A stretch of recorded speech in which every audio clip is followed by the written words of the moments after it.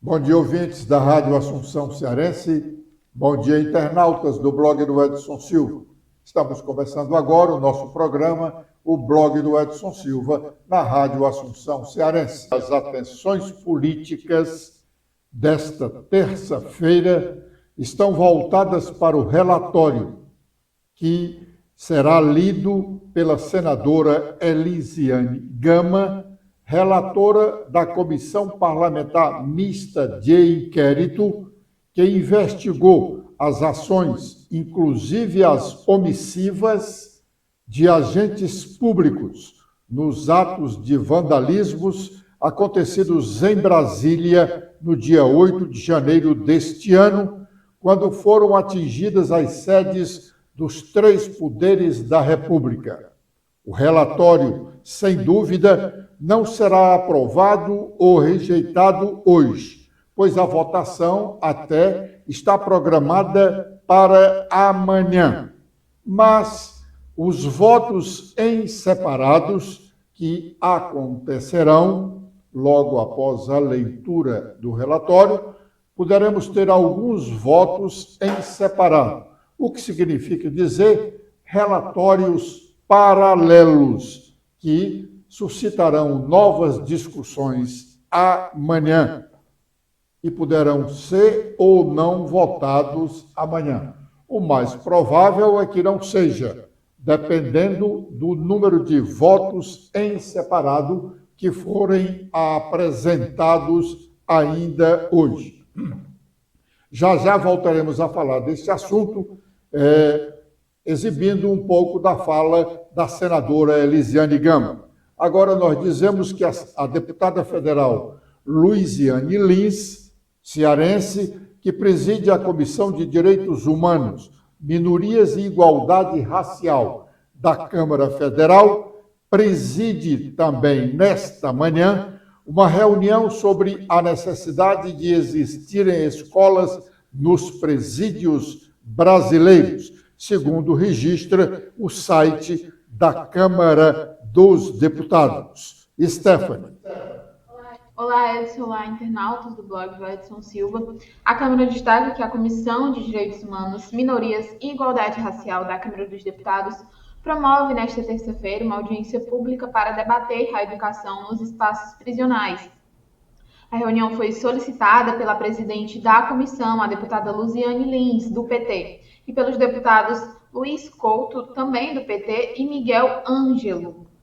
Os parlamentares lembram que o Plano Nacional de Educação estabeleceu como meta a implementação em 10 anos da educação formal nas modalidades Educação de Jovens e Adultos, o EJA, e o ensino à distância, em todas as unidades prisionais do Brasil. No entanto, eles alertam que após mais de 20 anos do plano, somente 10% das pessoas privadas de liberdade no país têm acesso à educação básica nas unidades prisionais. Ao propor o debate, os deputados também defenderam a elaboração de uma legislação específica e uma maior participação do Ministério da Educação nas questões relacionadas aos profissionais de educação que atuam junto às pessoas que vão retornar à sociedade ao final da pena.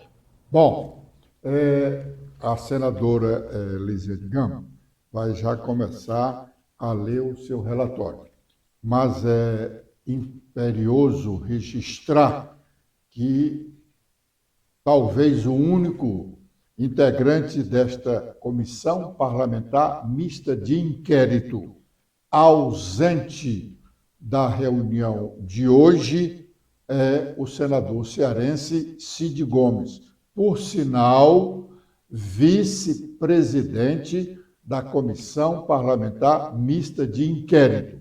Ele, sem dúvida, foi o integrante da comissão mais omisso no todo decorrer desta Comissão Parlamentar Mista de Inquérito.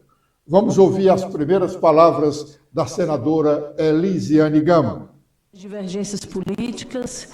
Quero cumprimentar também o vice-presidente Cid Gomes, que não está aqui presente hoje, mas que eu faço questão de fazer os nossos cumprimentos. Presidente, eu quero só do ponto de vista de rito e de procedimento, informar o seguinte: o nosso relatório tem mais de 1.300 páginas. É um relatório denso, nós tivemos aí 5 meses de trabalho. Esta comissão, ao contrário das demais comissões, é uma comissão que teve um tempo significativo. As demais comissões, elas giram em torno de 3 meses. Essa comissão, pela forma como foi apresentada, levaria, na verdade, 6 meses. Nós, então, estamos apresentando o relatório no dia de hoje, pouco menos aí de um mês de finalização do prazo regimental. Então, nós tivemos um tempo, nesse período, fizemos todo um levantamento de todas as informações, na verdade, que chegaram a essa comissão, fruto de oitivas, fruto, na verdade, de quebra de sigilos dos documentos, na verdade, que nós requisitamos. Então, é natural que você tenha um material mais vasto, porque nós fizemos um relatório e, naturalmente, tem toda uma transcrição de várias informações que chegaram aqui através desses depoimentos, mas como me solicitou meu querido Espiridião a mim, não farei a leitura de todas as 1.300 páginas, porque senão levaríamos o dia de hoje, nem sei se levaríamos, todo o dia de hoje, porque naturalmente numa exposição dessa natureza sempre há algum tipo de intervenção. Mas não farei a leitura de todas as 1.300 páginas, farei apenas um resumo, Então, farei a leitura da introdução, depois já seguirei para os indiciamentos, seguirei com uma exposição e um levantamento mais para além do histórico, também do que foram, na verdade, as atividades ao longo desses 5 meses, e aí, então, farei a conclusão do relatório no dia de hoje. Nós já protocolamos aqui, naturalmente, já estará aí na tela de cada um dos senhores parlamentares. Eu quero, de antemão, dizer que durante esses dias aqui nesta comissão, como todo o Brasil acompanhou, eu fui por várias vezes interrompida. E a gente sabe que nas avaliações de discursos de todo mundo, no âmbito político, sobretudo, as mulheres elas são 2 vezes mais interrompidas do que os homens, mas eu espero muito que hoje, nesta comissão, eu possa ter, como já advertiu minha querida deputada Jandira Fegali, tenha realmente as condições mínimas de leitura, de fato, deste relatório, respeitando, na verdade, o posicionamento e a visão que teve esta relatoria e, portanto, consignou neste relatório. Vamos, então, presidente, aqui à leitura. No dia 8 de janeiro de 2023, o Brasil viveu o maior ataque à democracia de nossa história recente. Inconformados com os resultados das urnas e dispostos a tudo para impor a todos os brasileiros o seu projeto de poder, cerca de 5.000 vândalos invadiram, depredaram e saquearam o Congresso Nacional, o Palácio do Planalto e o Supremo Tribunal Federal. Nosso objetivo nesta comissão parlamentar mista de inquérito foi entender como isso aconteceu, como alguns milhares de insurgentes se radicalizaram, se organizaram e puderam romper sem muita dificuldade os sistemas de segurança que deveriam proteger a Praça dos Três Poderes. As investigações aqui realizadas, os depoimentos colhidos, os documentos recebidos, permitiram que chegássemos a um nome em evidência e a várias conclusões. O nome é Jair Messias Bolsonaro. Como se verá nas páginas que se seguem, a democracia brasileira foi atacada. Massas foram manipuladas com discurso de ódio, milicianos digitais foram empregados para disseminar o medo, desqualificar adversários e promover ataques ao sistema eleitoral. Forças de segurança foram cooptadas, tentou-se corromper... Essa é a leitura do preâmbulo do relatório final da Comissão Parlamentar Mista de Inquérito, que está sendo lido pela senadora Elisiane Gama, relatora dessa Comissão Parlamentar Mista de Inquérito. E logo no preâmbulo já está bem claro que um dos indiciados do relatório dela será o ex-presidente da República, Jair Bolsonaro. Na segunda parte, como ela prometeu, é que ela vai realmente dizer quem são os indiciados no entender dela. A Comissão Parlamentar de Inquérito está encerrando os seus trabalhos após 5 meses de ter sido instalada. O relatório, como ela mesma disse, tem 1.300 páginas. A CPI funcionou publicamente 2 dias por semana ao longo desses 5 meses, fazendo sessão às terças e quintas-feiras. Nós ainda voltamos a falar sobre esse relatório da senadora Elisiane Gamas, da Comissão Parlamentar Mista de Inquérito.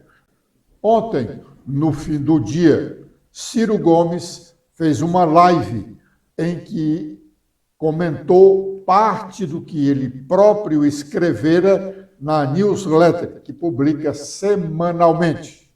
Destacado, por sinal, ontem, essa parte da live dele no nosso programa, que é a parte referente à segurança pública nacional. Vamos ouvi-lo. Sabe qual é o orçamento da segurança pública do atual governo Lula? 863 milhões de reais. Milhões com M de mola, M de milho. Só para vocês terem uma ideia se isso é muito pouco ou mais ou menos, eu vou esclarecer. O governo Lula já gastou 1 bilhão de reais, portanto, 300 milhões quase a mais do que com segurança pública, com propaganda. É isso. É exatamente o que eu estou lhe dizendo. E para o ano que vem, então agora, tal, vamos lá, vamos lançar um projeto. Toda a vida é isso. Tem um escândalo, mataram os médicos, a sociedade de classe média se assusta, começa a reclamar, a imprensa faz um barulho e tal. Então lá vem um novo projeto, um novo plano e tal. Vai olhar a grana, meu irmão. Vai olhar a forma de enfrentar o problema para tu ver como é mentira. Pura e simples mentira. O governo Lula propôs para o ano que vem, ou seja, esse ano é o orçamento que foi votado lá para trás pelo Bolsonaro.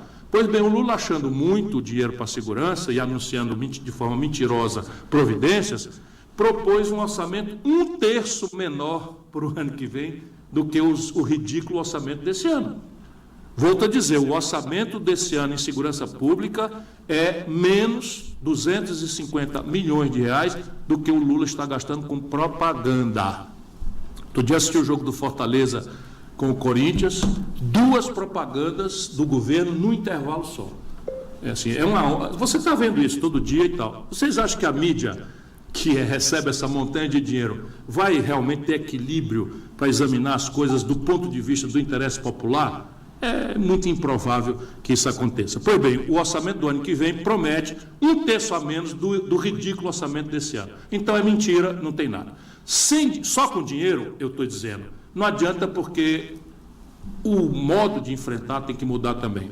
Mas sem dinheiro não é possível enfrentar. E como é que é possível enfrentar? Com tecnologia e inteligência. E inovações institucionais óbvias que estão dadas aí pela experiência internacional, por um acumulado de acadêmicos que são especialistas no assunto, né? O Fórum Brasileiro de Segurança Pública tem um acumulado de contribuição importante para fazer, e assim, e a gente tem clareza de que não fazem porque não estão dando definitivamente prioridade ao assunto, apesar de mentirem para você que está inseguro, que está com medo, que vão dar prioridade quando algum escândalo maior acontece. O que é inteligência? Definitivamente não é isso. Violência policial, alô Bahia, violência policial, alô Rio de Janeiro, violência policial não resolve o problema. Bom, agora eu lembrei do Chacrinha. Alô Brasil, alô povo brasileiro. Agora é o momento de sabermos quais as nossas manchetes. Letícia. Olá, Edson. Olá a todos que acompanham o nosso programa desta terça-feira. Com as atualizações feitas no nosso blog, temos que o Supremo é favorável à condenação de mais 6 réus pelos atos do dia 8 de janeiro. Pela modalidade virtual, os ministros do Supremo inserem os votos no sistema eletrônico e não há deliberação presencial. Esse julgamento é aberto com o voto do relator e, em seguida, os demais ministros passam a votar até o horário limite estabelecido pelo sistema, que foi às 23h59. A pena dos réus varia de 14 a 17 anos. A Justiça Eleitoral retoma o julgamento de Jair Bolsonaro por abuso de poder nas eleições de 2022, nesta terça-feira. Em caso de condenação, o ex-presidente pode ficar inelegível por 8 anos pela segunda vez. Contudo, o prazo de 8 anos continua valendo em função da primeira condenação e não será contado por 2 vezes. Luiz Roberto Barroso preside primeira sessão como presidente do CNJ hoje. Na pauta constam 12 itens, 3 pedidos de providências, 2 revisões disciplinares, 3 reclamações disciplinares, 2 recursos administrativos no procedimento de controle administrativo, um processo administrativo disciplinar e um procedimento de controle administrativo.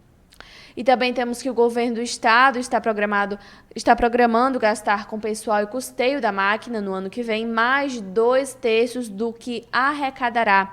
A estimativa que o governo faz da arrecadação em 2024 é de 37 bilhões de reais, incluindo a cobrança de impostos, taxas, transferências do governo federal e também com empréstimos.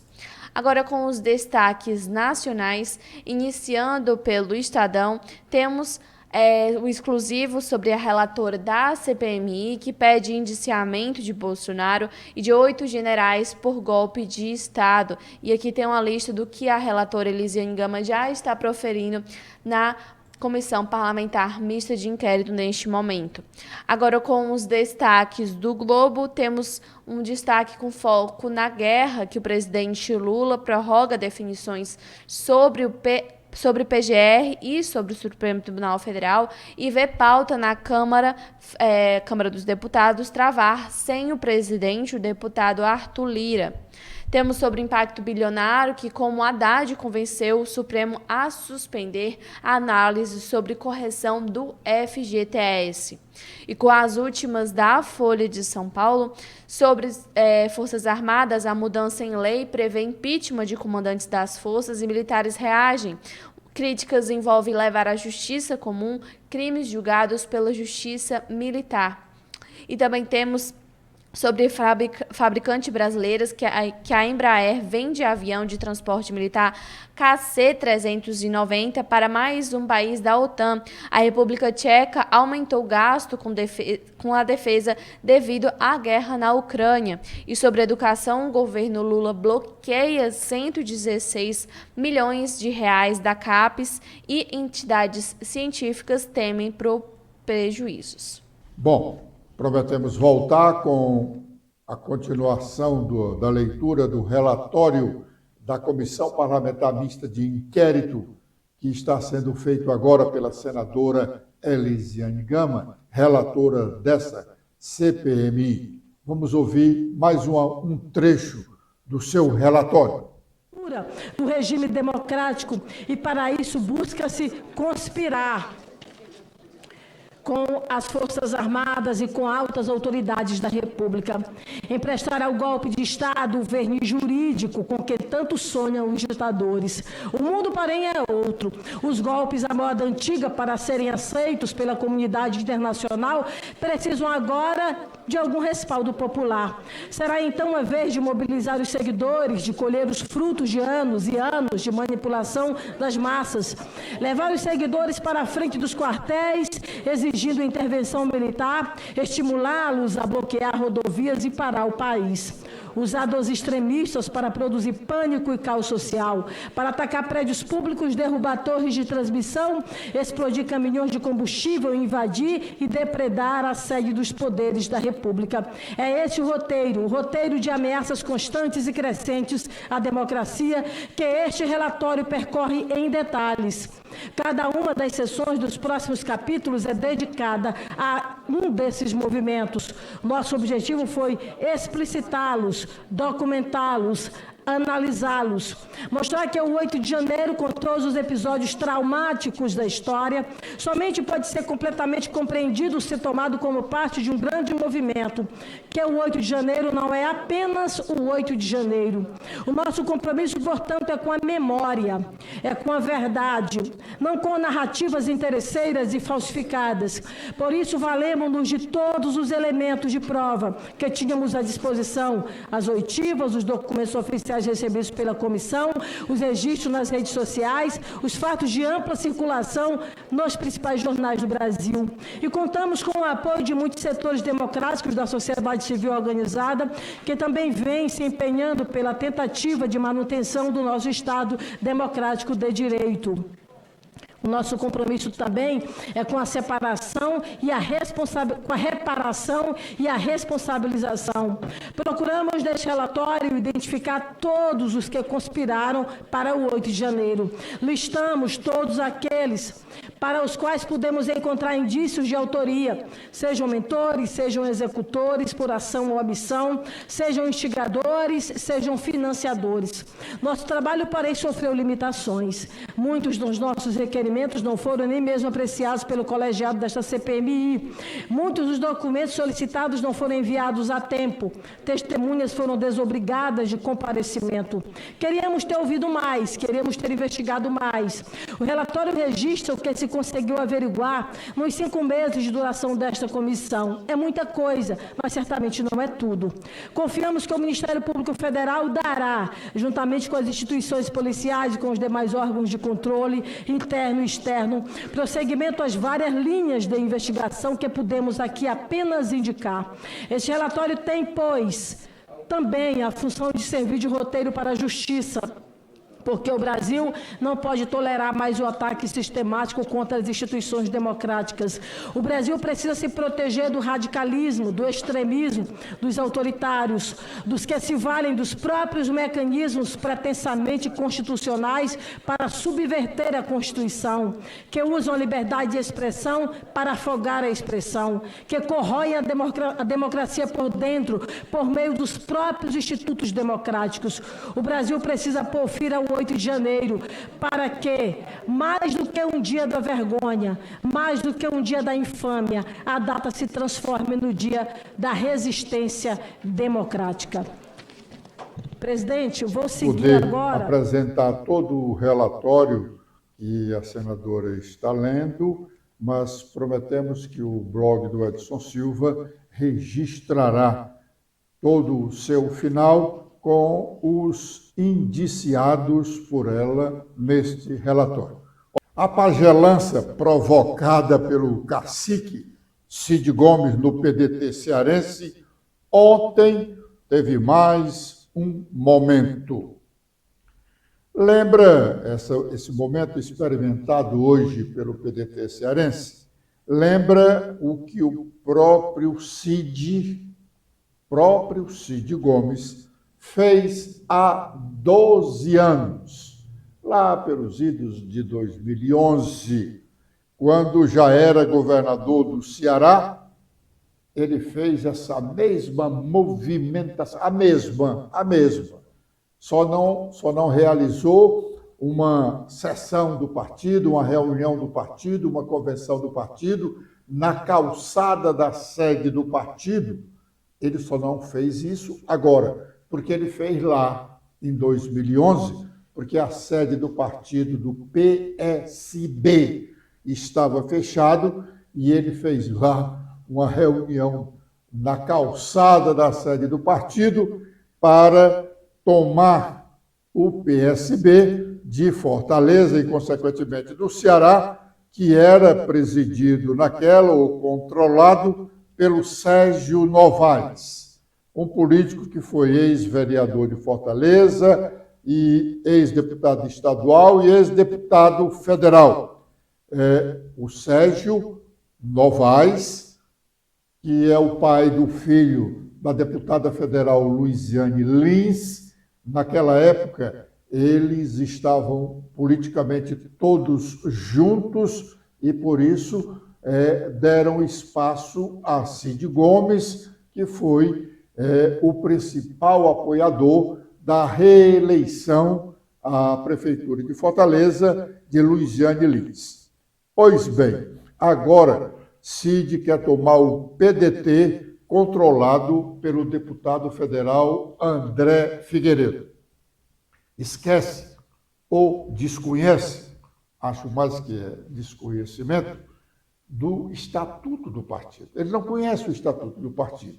E aí comete as idiosincrasias do momento que essas pessoas praticam, aquele momento que estão fora de si, por não conhecer o estatuto do partido, tem perdido, como perdeu ontem na Justiça Comum do Ceará. Ele reuniu um grupo de filiados ao partido, não o número mínimo exigido pelo estatuto do partido, porque ele tinha que convocar mais da metade dos integrantes do atual diretório estadual, que são 84 integrantes, mais 21 suplentes. Esse pessoal não foi convocado e, se foi, não compareceu. Então, a assembleia que ele fez ontem foi anulada, já seria nula de pleno direito. Ademais, no diretório que ele escolheu, ou na comissão, ou no comando central do partido, não tem o número mínimo de mulheres filiadas ao PDT, como determina o Estatuto da Agremiação. É uma pena que ele esteja fazendo tudo isso, quando já deveria estar fora do partido. Ele pode sair do PDT a qualquer momento, sem ser molestado, sem sofrer nenhuma consequência da lei da fidelidade partidária, diferentemente do que acontece com o deputado estadual, com o vereador, com o deputado federal. Especificamente no caso aqui, o deputado Evandro Leitão, que já pediu a desfiliação do partido, mas, por falta de um compromisso ético consigo mesmo, tem participado das reuniões do partido convocadas pelo senador Cid Gomes. Aliás, Evandro, inclusive, votou ontem, quando, eticamente, não deveria sequer ter comparecido, porque ele disse que pediu desfiliação. De fato e de direito, ele realmente ainda não está desfiliado. Mas, como disse que não é mais do partido, não deveria, eticamente, não deveria participar dessas pagelanças. Agradecendo a honrosa audiência dos ouvintes da Rádio Assunção Cearense e internautas do blog do Edson Silva, nós estamos encerrando o nosso programa de hoje, prometendo estar de volta amanhã, com a proteção de Deus, a partir das 11h45. Letícia. Eu também faço meus agradecimentos a todos que acompanharam o nosso programa de hoje. Vocês podem ver mais notícias apontando a câmera do celular de vocês para este QR Code. Espero revê-los no nosso programa de amanhã. Até lá!